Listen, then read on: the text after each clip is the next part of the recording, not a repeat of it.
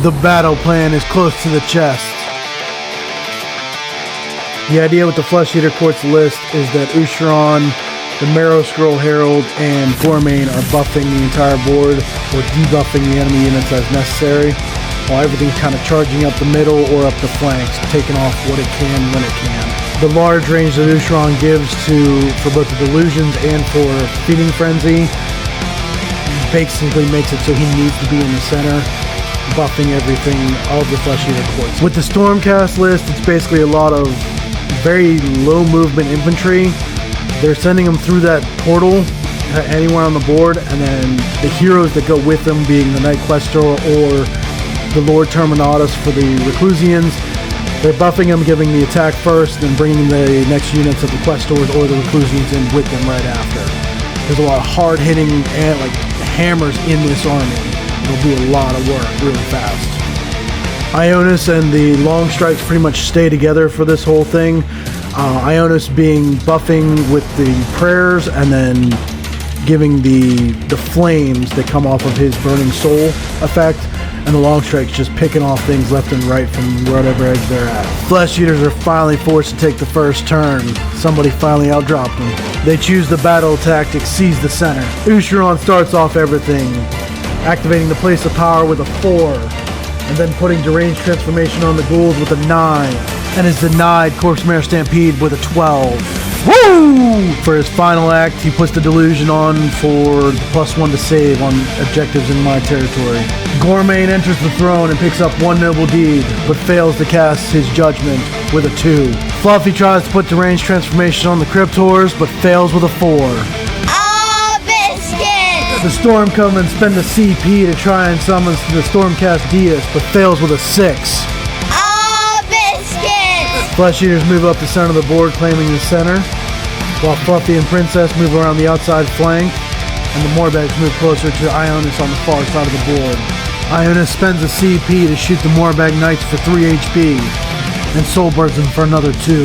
Morbag Knights make the charge on Ionis. The Grand Hammers spend 2 CP to try and charge the ghouls to deny the battle tactic. The Morbag Knights do 5 damage to Ionis, and Ionis strikes back, doing 2 damage to the Morbags. The Grand Hammers take out 3 ghouls, but the ghouls just rip the Grand Hammers apart.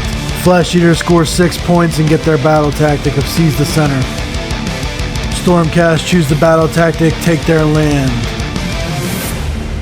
The Storm Coven cast Aether Shock on a 7 on the Knight Questor, giving him strike first, but they fail the disc with a 5. Ionis casts the Prayer, healing Storm with a 5, healing him for 3 HP, and then banks a 4 for his second prayer for using Blessed Weapon. Questor Soul Sworn give Finest Hour to themselves. I'm going to preface this next part by saying that we found out the rules don't allow this on 1 turn, but all the Grand Hammers, the Questors, and the Coven all use the Storm Portal to get around the board. We kind of just rolled with it anyway. Ionis shoots the Morbags for 1 HP, and his Soulborn failed on. The Long Strikes shoot the Beast Flayers for 9 HP. The Storm Coven follows up, finishing off the Beast Flayers. The Reclusians drop Princess after she does a couple mortal wounds to them with her Rampage. Morbag Knights do 5 HP to Ionis, but die shortly after. The Questor Soulsworn finish off the throne, knocking Goremayne out of it. Stormcast do take their land. Stormcast win priority and take the double turn. Storm Coven try to cast Aether Shock but fail with a 5. Oh, biscuit! Ionis fails Blessed Weapon with a 1, losing 2 prayer points. He gets a 6 on his second prayer, healing himself for 3 HP. Reclusians give themselves Finest Hour. A CP is spent to bring back the 2 Grand Hammers that died. Ushoran spends a CP to try to bring back the Cadaverous Barricade, but fails with a 4.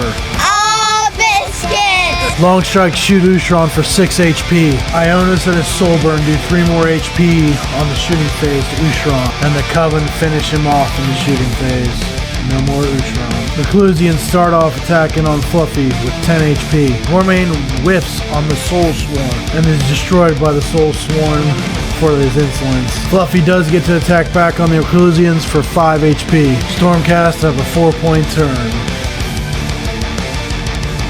Effect chooses Do Not Waver and starts their turn too. Fluffy casts Miasma with a 6 on the Reclusians, doing 1 mortal wound. Marrow Scroll Herald gets the Prayer of Summer King Feast off with a 6 on the Reclusian. Fluffy shoots off 2 HP from the Reclusians. Ionis spends the CP to shoot the ghouls for 4 HP total with Swordburn. Fluffy gets Strike first and destroys what's left of the Reclusians, gaining all the HP that they lost for Summer King's favor.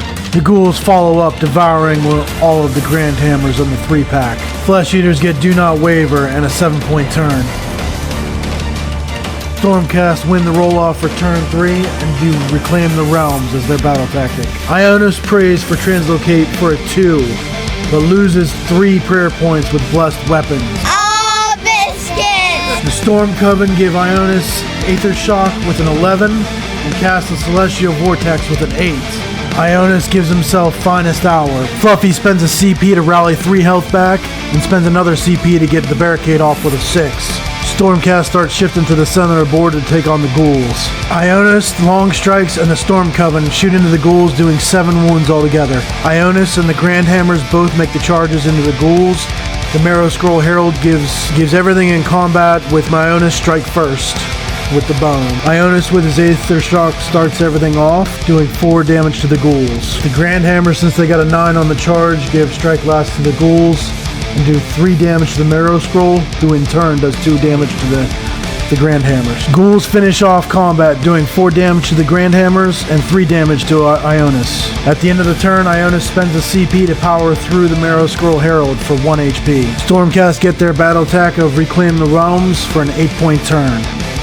Flesh Eaters choose the battle tactic Slay the Entourage, going for Ionis himself.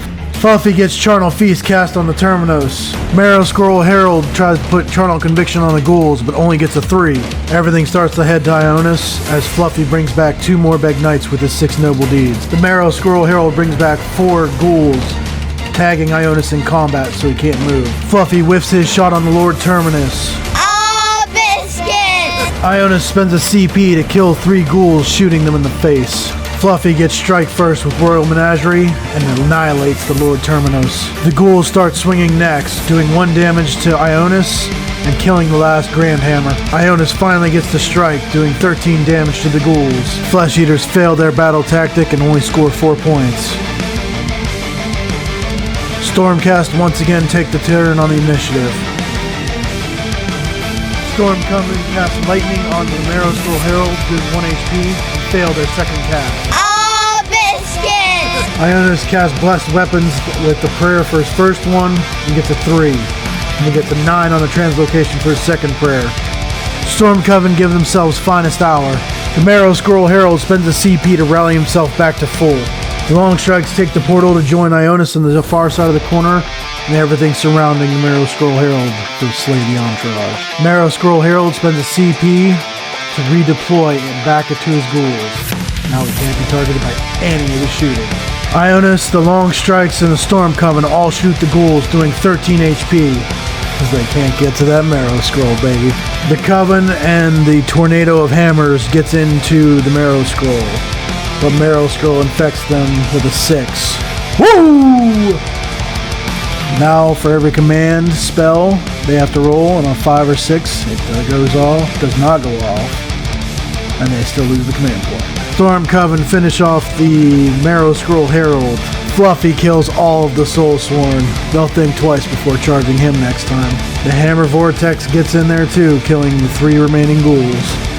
Stormcast gets Slay the Entourage, killing the Marrow Scroll Herald. Flesh Eaters choose Take Their Land for the battle tactic. Fluffy gets Miasma off with a 7 on the Knight Questor, doing 1 mortal wound and giving him -1 to hit. Ionis tries to cast a prayer for a CP, but fails with the 1, losing 3 prayer points. Fluffy, at the end of the movement phase, spends 6 noble deeds to bring back 20 ghouls. Fluffy makes the charge on the Knight Questor, and the Morbegs make the charge on the portal itself. Fluffy destroys the Knight Questor, and the Morbeg Knights do 6 wounds to the Stormcast portal. Thanks to the Morbegs not killing the Stormcast portal, they got 6 points this turn and accomplished their battle tactic. Stormcast get priority once again, doing Seize the Center for their battle tactic. Ionis does a prayer for blessed weapons and only gets a 4, but gets a 6 on the next one for translocation on the long strikes. Storm Coven tried to cast the Comet, but failed with a 7, and then fail Aether Shock with a 4. Oh, biscuit! Fluffy spends a CP to cast Miasma on the long strikes with a 10, giving them -1 to hit and doing 1 mortal wound.